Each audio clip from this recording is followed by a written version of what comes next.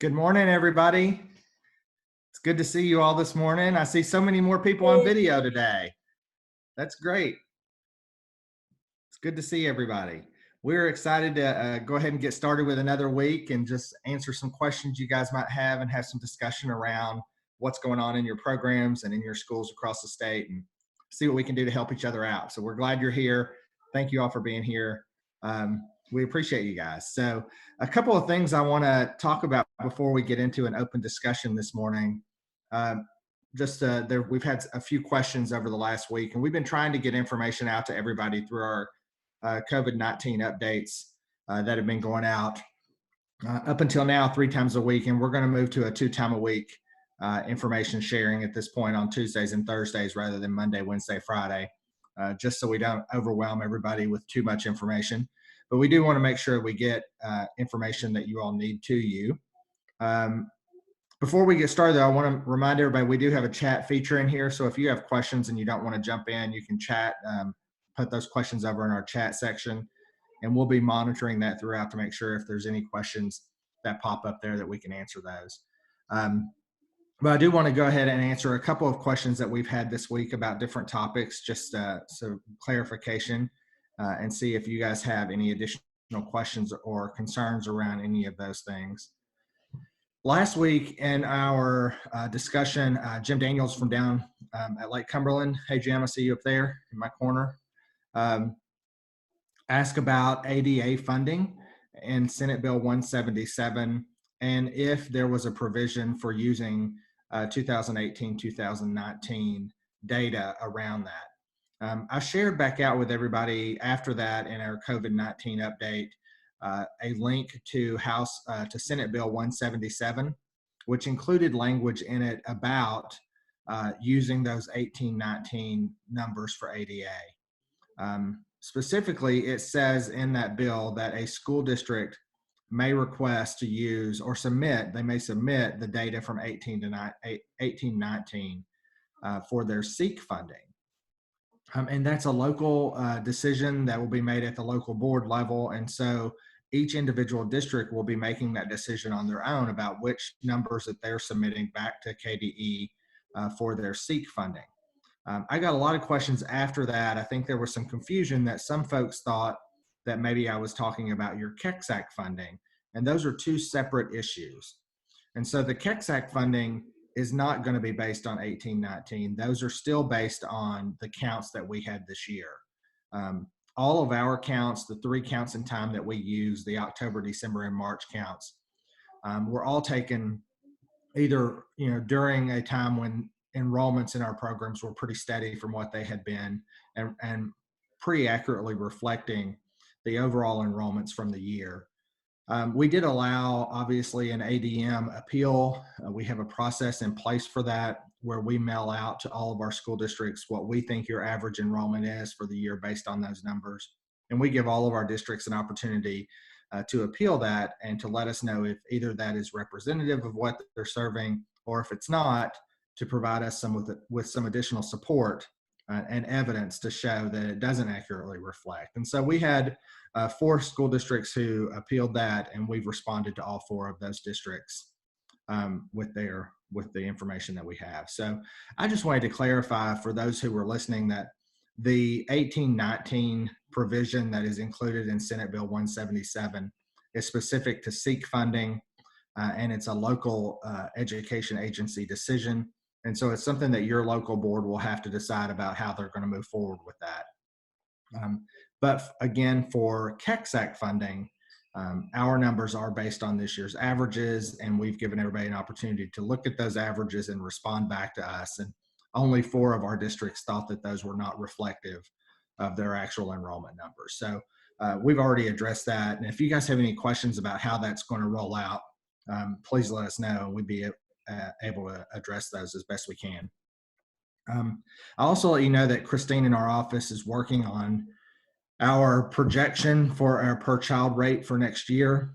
Now that we have all of our ADM appeals back and we have all of our child counts in for our 3 different points in time, and we have a state budget that has been passed, we feel like we're in a pretty good spot to be able to project what the per child rate is going to be moving into next year. And so she's working on that data now, and we expect to have that out to you guys in the next couple of weeks with your contracts, your MOAs for the next year. So that's kind of where we are. I will let you know that based on the numbers that we have right now, and based on the budget that has been passed by the General Assembly and the way it stands now, it looks like that there will be a slight increase in the per child rate for next year, which will be a good thing for all of our programs. So that's kind of where we are with that. Any questions from anybody about that 18-19 data for seat counting versus the KECSAC funding levels? If you have any questions about that, jump in now, or feel free to post those over in the chat, and we'll get to those.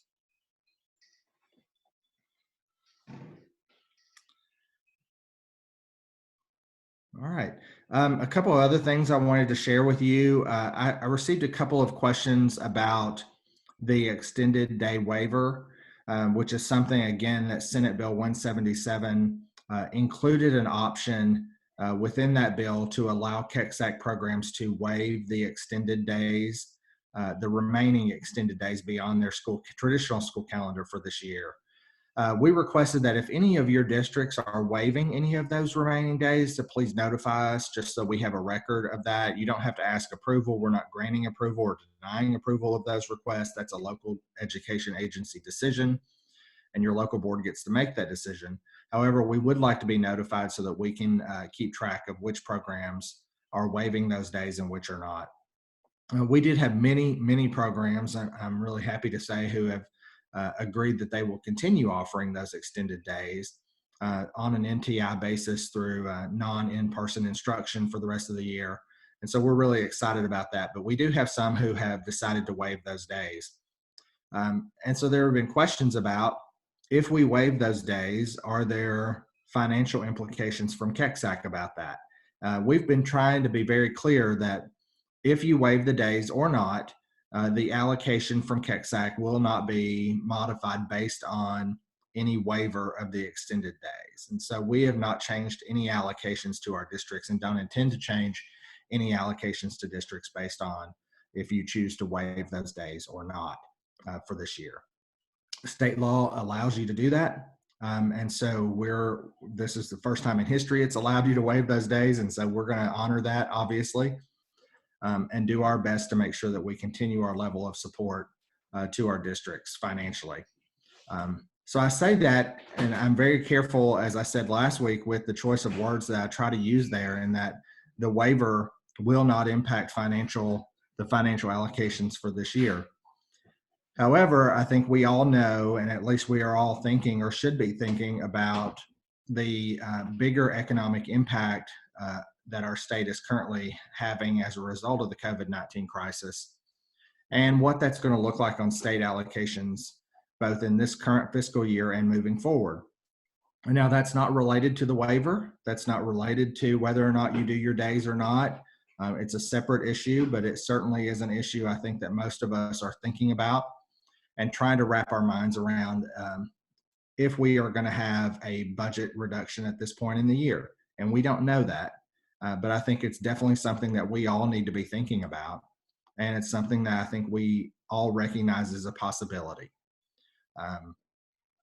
We all know that state tax revenues have taken a huge cut and a significant reduction in the last 30 days since we've been in this crisis, with the number of people who are no longer working and who are moving into unemployment insurance and all of those kind of issues. And tax receipts at retail stores, obviously, there's almost none. If you're looking at that, I mean, there's a lot of financial implications that are happening. And so I think we're just emotionally and trying to do as best we can in preparing for if we get a end of the year budget reduction order from the governor's office.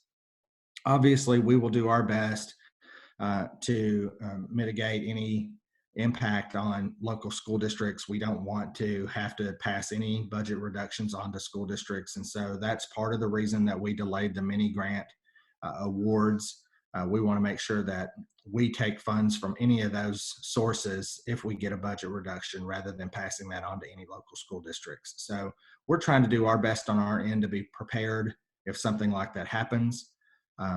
But again, that is not related to the waiver and whether or not a district takes the waiver at this point.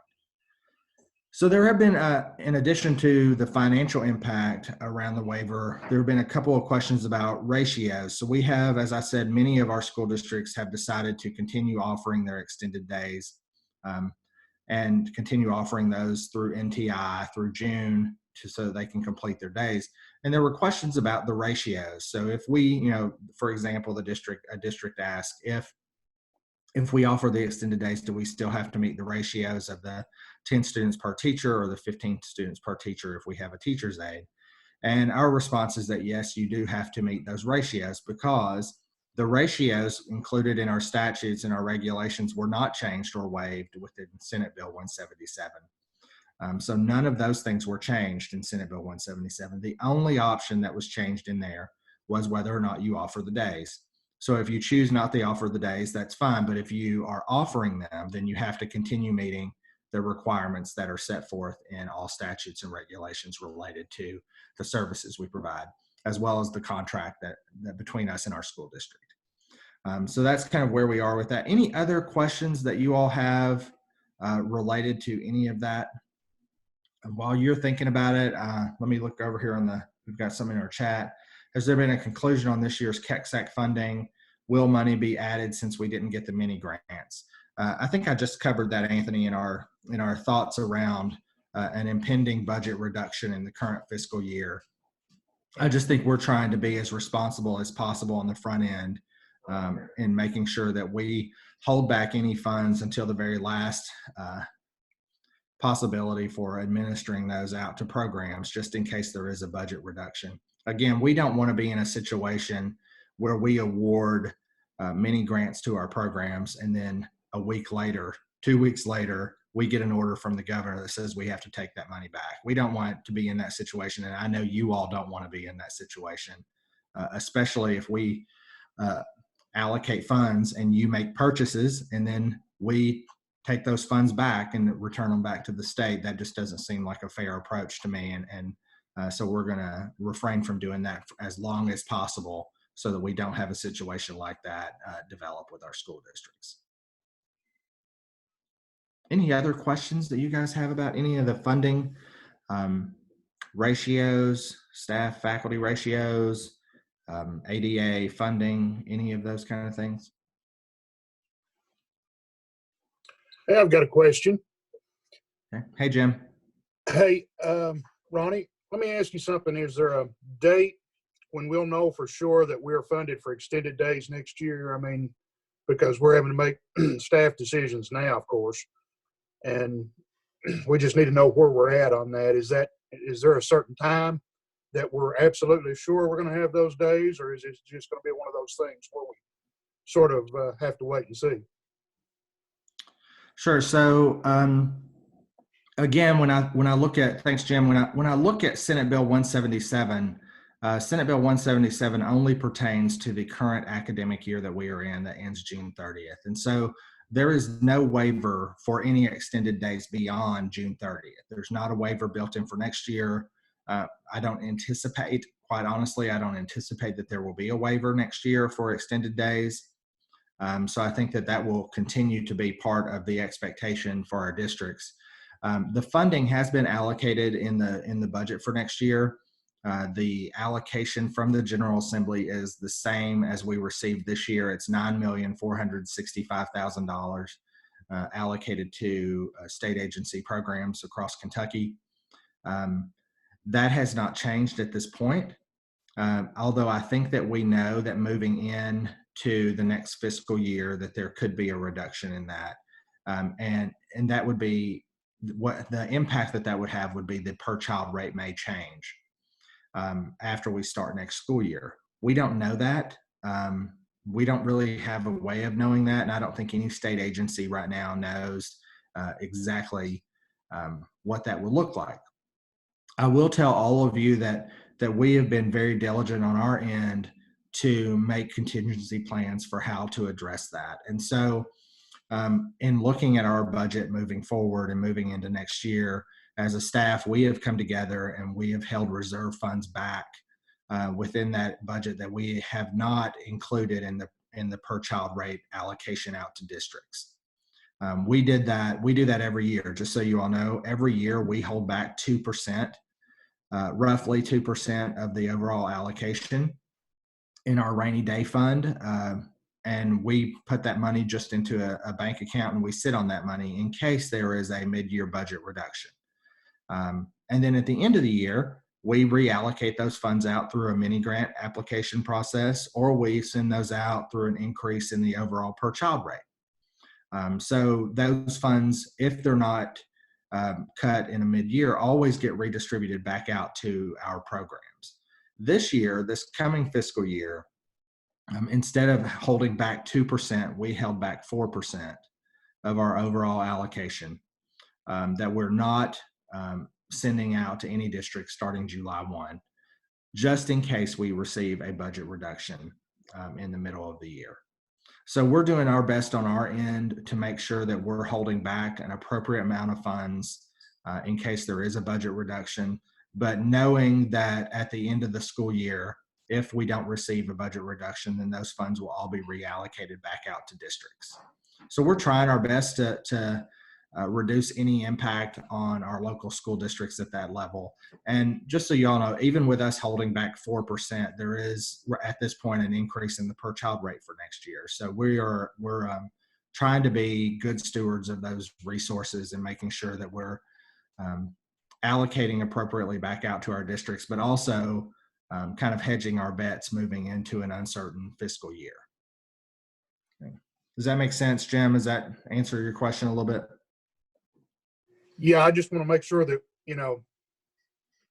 we've got employees who are extended, all of our teachers are extended day employees. So we just want to make sure we're good for the coming year and we're at the right level staff wise, because, staffing decisions are going to have to be made. We're going to have to, we're going to lose some teachers, or at least one teacher, because of the reduction of residents that we have in our camps. Of course, camps are all, they've all been drawn down for reasons of the coronavirus. So, we're just trying to make sure everything's good as far as funding and we can pay those people we've got there. Sure. And again, Jim, I think one of the areas of flexibility there, I think for your program and other programs that are, especially DJJ residential programs right now, that are having a pretty significant reduction in the number of students who are in those, for all good reasons, by the way, that you do have that option of submitting those 18-19 counts if those work better in your favor than the current fiscal year does, or the school year does. So there is some flexibility within that Senate Bill 177 to do that, so that you can shore up the funding levels that are coming into your district to support that. And again, our KECSAC funding, as it stands now, again, is based on this school year, but it does include an increase in the per child rate that will be distributed to districts as well currently. So moving into the fiscal year, I think we have a pretty good projection and a pretty good level of reliability moving into that. But again, with everything that's happening around COVID-19, I think what we can all do is hedge our bets and prepare as best we can for what we don't know what to expect. I mean, if that makes sense. I think we're all trying to do that in the most responsible way. And so with no other requirements that are changing for our districts, and with the funding levels moving into the fiscal year, I think we're in a pretty good spot to move forward with that. But I know there's lots of uncertainty. We have lots of uncertainty as well. I think we're all trying to figure out, even internally, about furloughs and staff reductions and all of those things, even for our central office staff, obviously, and trying to balance all of those things too. So I think we're all in that level of uncertainty and just moving forward with doing the very best we can, while understanding that we don't know what's going to happen moving forward.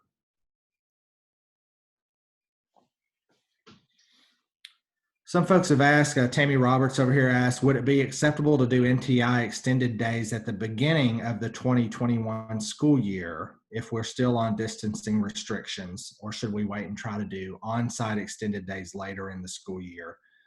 We are, from our standpoint, and we've had discussions about this internally, we are fine with you starting your next school year after July 1 using NTI instruction. I don't think that that is an issue for us, for you if you want to start in July using those. I saw yesterday that one of our districts has pushed the start of their school year back until August 26th for their first day officially of the next school year. And so they're able to put in all 33 of their extended days prior to the start of the school year next year. So they can start in July and do extended days in July and August, and essentially be able to complete all of their extended days before their traditional school calendar even begins. And so we're supporting that. And if there is an option for you to use your NTI days or use non-traditional instruction to deliver those, if we're still on restriction, certainly you should do that, and we would support that. Obviously, we all know that best in-person instruction is the best delivery method for us. We know that with behavior management and with giving our full 6 hours of instruction a day and keeping students on target and keeping them progressing appropriately, I think we are all probably in agreement that in-person instruction is the better option. And so if we're permitted at that time to do that, then we should, moving into that. But if that's not an option for us, we don't want to delay the start of your school year so that you can't get those extended days in. So we would support using those NTI days if we have to moving forward.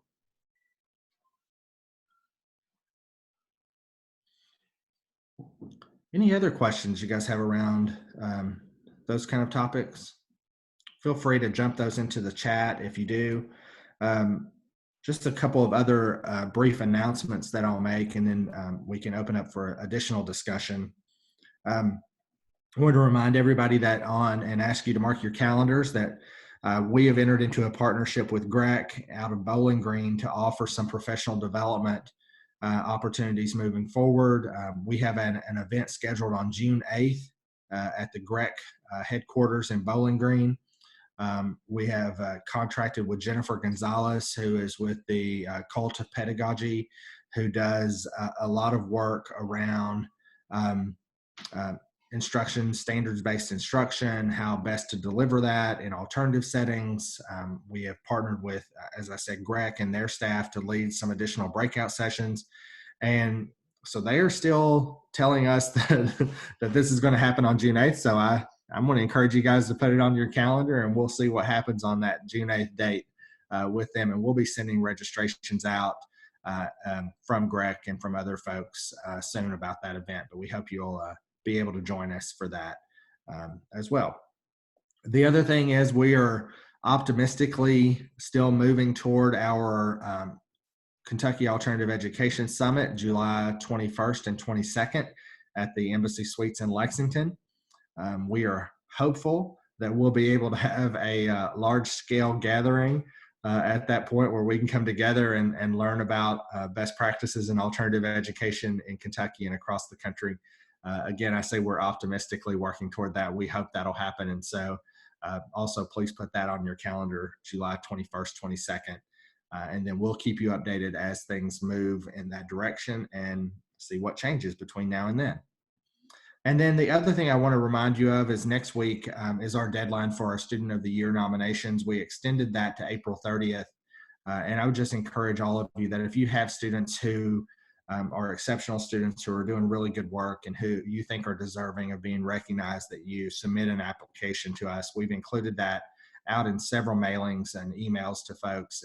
And so we just encourage you to think about students who are deserving of that honor, and we'd love to recognize them and get them in there. So that's due next week, April 30th. So if you have folks, please submit.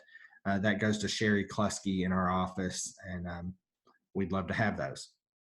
All the other nominations for outstanding support person, outstanding teacher, outstanding school administrator, and outstanding community support person of the year, all of those are due on May 31st. So you have additional days for that.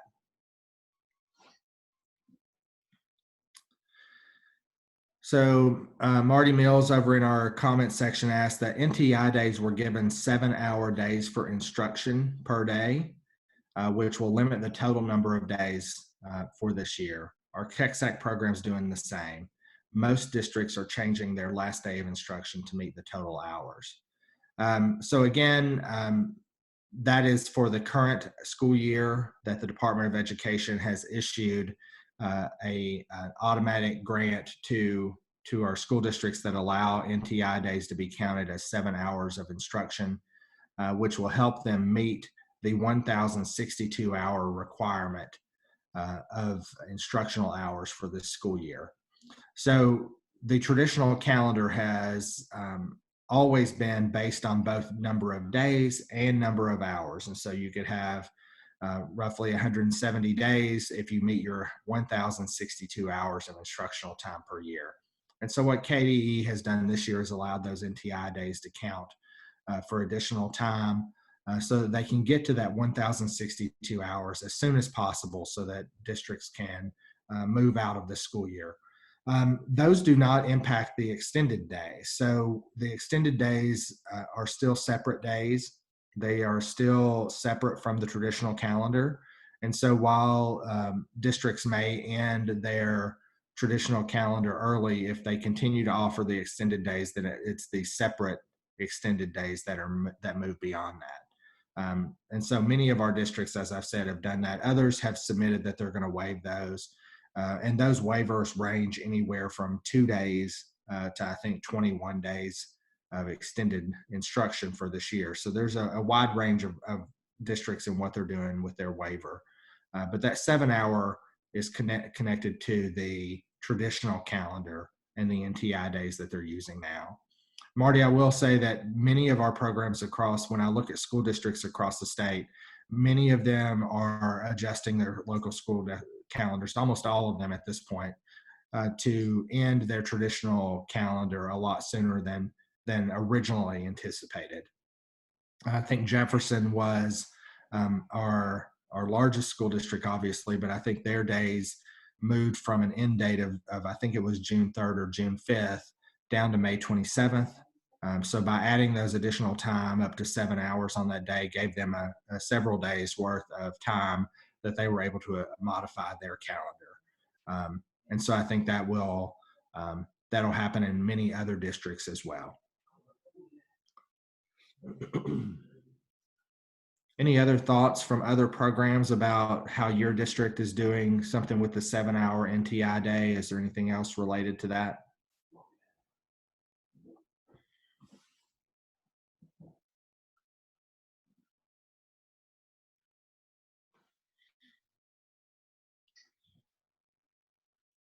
Okay. Justin asked if the KECSAC conference, the Alternative Education Summit this summer, if we are not able to have it in person, will we consider Zoom or some other format? I think that we're exploring that. I noticed that Katie responded in there. I think we're looking at all of those different kinds of things, all those different options about how we can deliver ongoing professional development to our programs that's targeted to what you need and that's relevant to the types of programs that you're in, and not something that is just being offered by any of the PD that's being offered that really isn't targeted to what it is you need, because your situation is very different than a traditional learning environment, and we want to make sure that we're providing targeted PD for that. And so we'll continue to look at what options are available to us and what options are available to you and what that might look like moving forward. So we'll definitely consider that and take that into account as we move forward as well. Courtney McDowell in there letting us know about Jefferson. I think I was right. So it was June 3rd, and now it's moved to May 27th, and the board is meeting next week to finalize that. I know many other boards across the state are also meeting to change their calendar. And while it may not have happened yet, I think almost everybody is going to modify their calendar to allow that to end a little bit earlier than some. I will let you know that some of our districts, it's very interesting. On the continuing education task force meeting this week with Interim Commissioner Brown at KDE and other folks across the state, we do know that there are several districts whose last day of instruction is April 24th, which is tomorrow. So they have got in their 1,062 hours by tomorrow. They did that through working through their spring break. They didn't have any snow days. They didn't take any time off. They had an extended school day. And so we have some districts that are ending as early as tomorrow. And then others are ending at the end of next week. And I think he said almost every district is going to be by May 15th. Almost everybody in the state will be wrapping up their traditional instruction for this year. We know that some districts are obviously, like Jefferson, had an extended calendar that went longer than that. In Frankfort Independent, where I am, our daughter is in school till June 5th. So we think that that will be modified a little bit and taken down with the extension of the NTI days. We're not sure what that's going to look like yet, but it certainly won't be May 15th. So while you guys are with your kids at home thinking, hey, I've got 2 more weeks of this, or I can get 3 more weeks, just know that I've got like 6 weeks of instruction at home left, trying to work through this. So we're struggling up here at the Nolan household. So any other questions about any of the calendar information or the PD or anything else like that? We'd be happy to try to address any of those.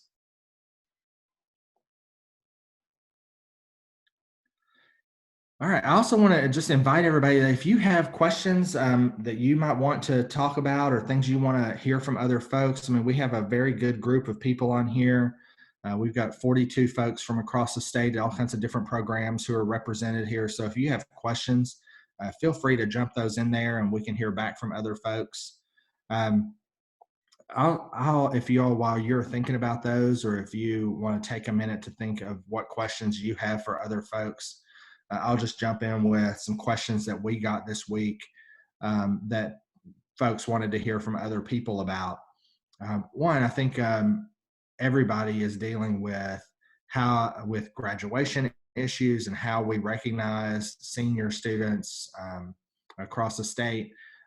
My feedback has kind of always been that our programs graduate students every day. I mean, we have kids who are graduating every day from our programs. It's not unusual for us to have graduations 2 or 3 a week, looking at that. So it's not unusual for us, but I am interested if anybody out there is doing something differently for your graduating students that are impacted by this, how you're responding to that. If somebody else out there would love to jump in, we'd love to hear from you and what you all are doing. I know other folks would be interested as well.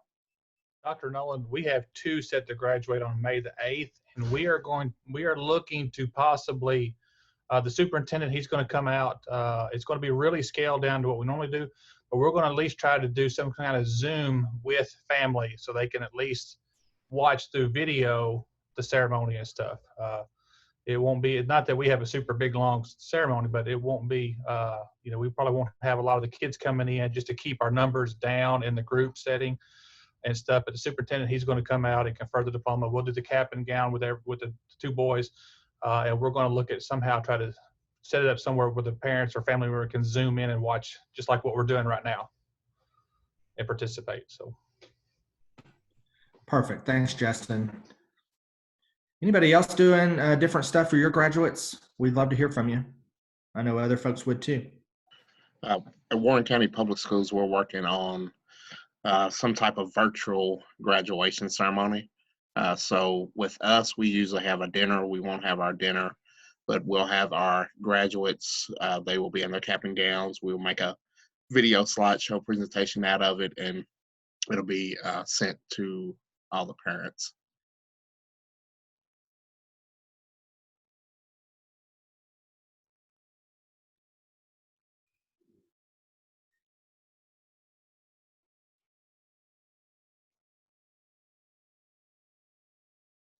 Great. Courtney, over in your comment section and the chat section, has a suggestion about what they're doing at Louisville Day in Jefferson. They'll have several different ideas that they're working on and continuing to work through that, but some of those include teacher parades or possibly gathering in a park somewhere where they can have appropriate social distancing. That reminds me, Courtney and other folks who were on here this week in our phone call with Commissioner Brown, one of the recommendations, or I think one of the interesting graduations that he discussed, came out of Mississippi. They are looking at modifying what they're doing by having a graduation ceremony where students are invited and they are given a time slot for when they show up. So it may be that your time is at 12 o'clock or 12:10 or 12:20 or 12:30. And so they have kids every 10 minutes who are scheduled.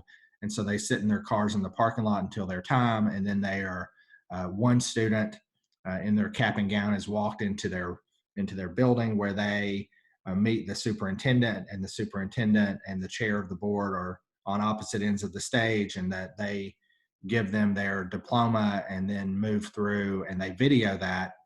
And they keep everybody kind of moving in a schedule, and they're putting that together in a full video kind of montage of how they're editing it to make it appear as though it's a evenly flowing, progressing graduation that looks very traditional in how it's presented, and then sharing that out back with all of their graduates and their families for this year. So I think that's a very interesting approach, but it's folks are being creative out there about how they're addressing graduation and making sure that our students are being recognized. So any other thoughts around graduation or how you guys are doing that differently?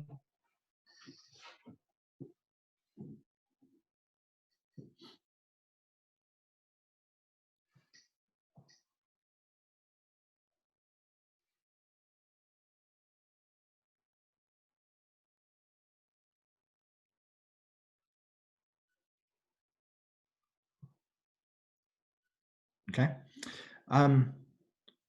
One of the other areas that folks have had questions about is preparing for next year and getting ready for our next school year. I think folks are recognizing that this year is wrapping up with NTI instruction and what that looks like, but moving into next year and how do we prepare for that, especially when we're going to have students who I think we all recognize will probably have some learning deficits as a result of this lack of direct instruction time that's happening right now.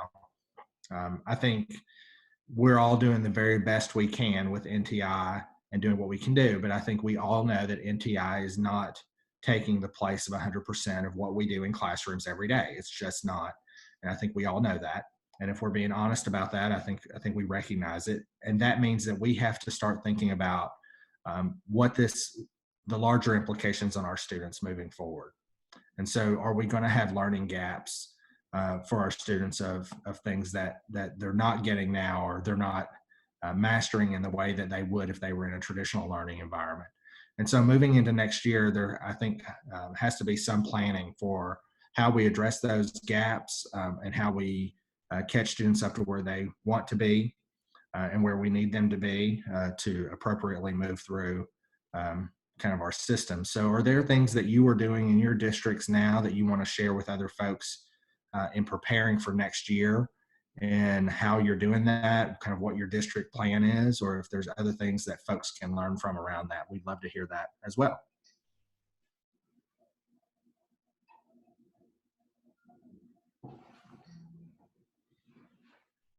And it's possible that maybe you haven't thought about that yet, or maybe we haven't moved in that direction yet. It's still early in this process, but if you haven't, I think that we have to start thinking large scale as a community of learners about how do we respond to that and to what we know is going to be some achievement gaps that are there, some learning gaps.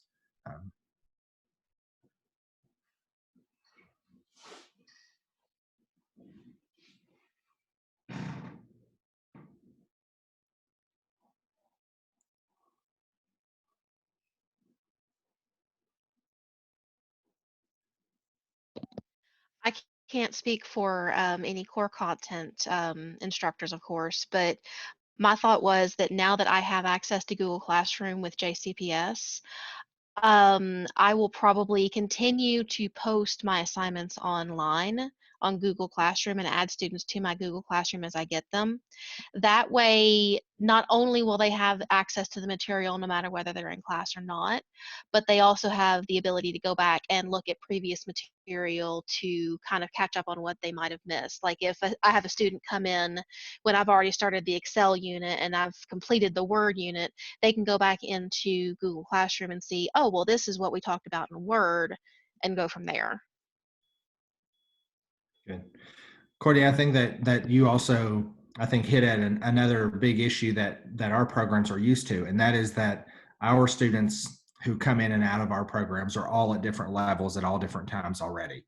Um, and so this may not be as big an issue for our programs that are very used to responding to students who have varying grade level abilities, reading level abilities, all of those coming into our programs. And so it might not be as big an issue for us in learning how to target those learning gaps that may be a new experience for traditional schools on a large scale.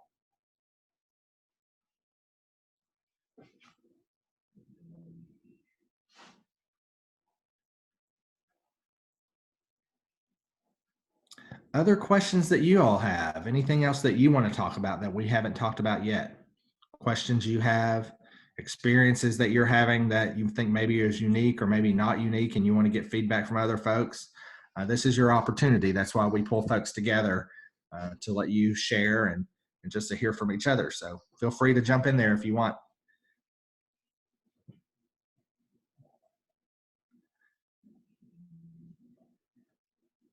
You know, as we do these each week, just so you all know, you're going to get to see my full mullet grow out, because as we're having these video meetings, it's going to happen. I'm just putting you on warning now.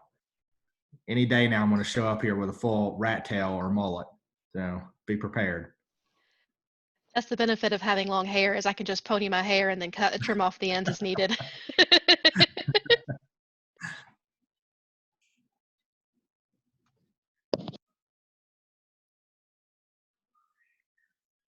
All right. So I'm not hearing any additional questions. Anything like that? Anthony, go ahead. Yes. Our PD plans are due this week. That's why my mindset is on PD. But the new educators training, do you think that would still go on?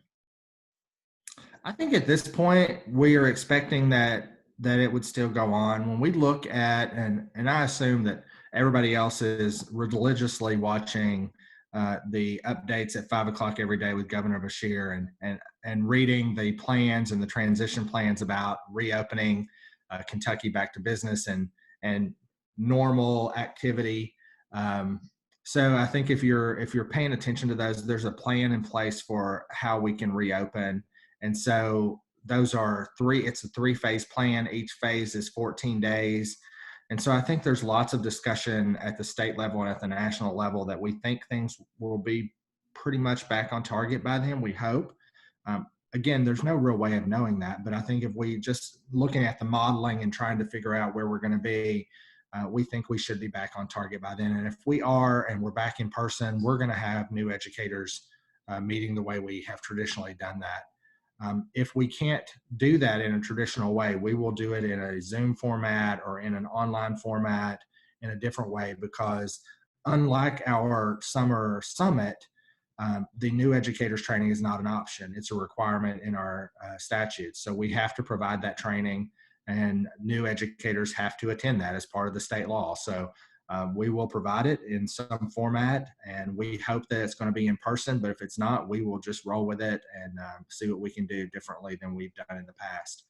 I was on a call yesterday talking about kind of some long-term implications of this crisis and the impacts it's having on our work and how we approach our work and what that looks like. And I think that we're all learning that a lot of the things that we thought had to happen a very certain way do not have to happen that way. We can be flexible. We can do things in a lot of different ways. And just because we've always had in-person meetings and we've always done things in that way doesn't mean we have to do those things in that way. So the flexibility that this has taught us and that we're all trying to learn from, I think is I think one of the positive outcomes from this, if there are any. As a recent NTI graduate, I can confirm that Jody has already started looking into the possibility of doing remote NTI for summer conference. Yeah. She's been sending out emails, and she's already been doing some online stuff for all of NTI anyway. Yeah.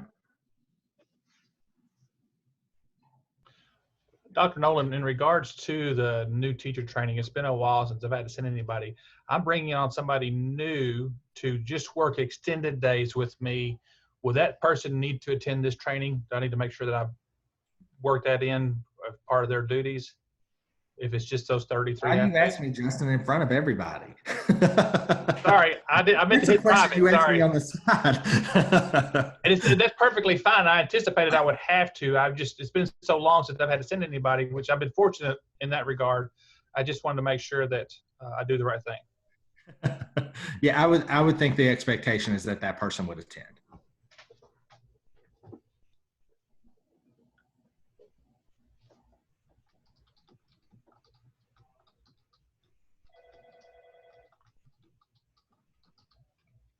Any other questions anybody else has? I don't want to cut anybody off.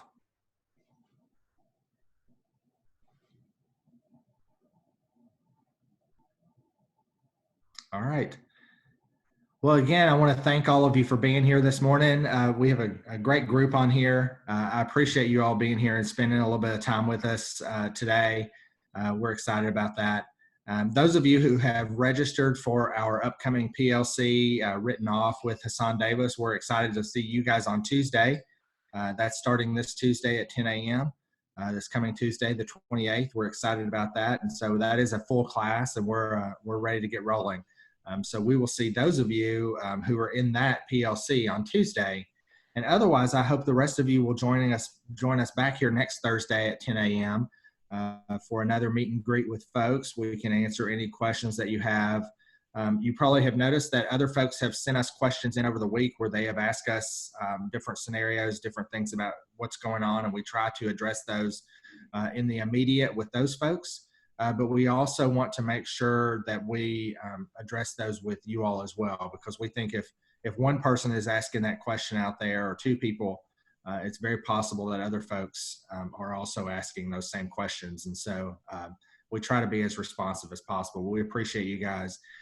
Somebody asked, if you're in that PLC, should you go ahead and start reading that book? Yes, please. You should start reading that, because you're going to have discussions on Tuesday with the author, and he's going to lead you through some different activities. They're much more aware of all of the things that can happen in Zoom, and so they're going to be able to break you into groups within Zoom. They're going to be able to give you some different stuff, and so it'll be a working event, and you should go ahead and start reading that if you're on that for this coming week. But everybody else, thank you for being here. We will see you back here next Thursday. Remember that our phone lines and email lines are always open, and we're here if you have any questions about what's going on, and we look forward to hearing from you and seeing you all here next week. So thanks, everybody. Have a great day. Is there a certain spot we need to get to in the book before the meeting? I think probably you need to at least get through the first chapter of that book, because that's probably where they're going to start, and then spend the first week in that area.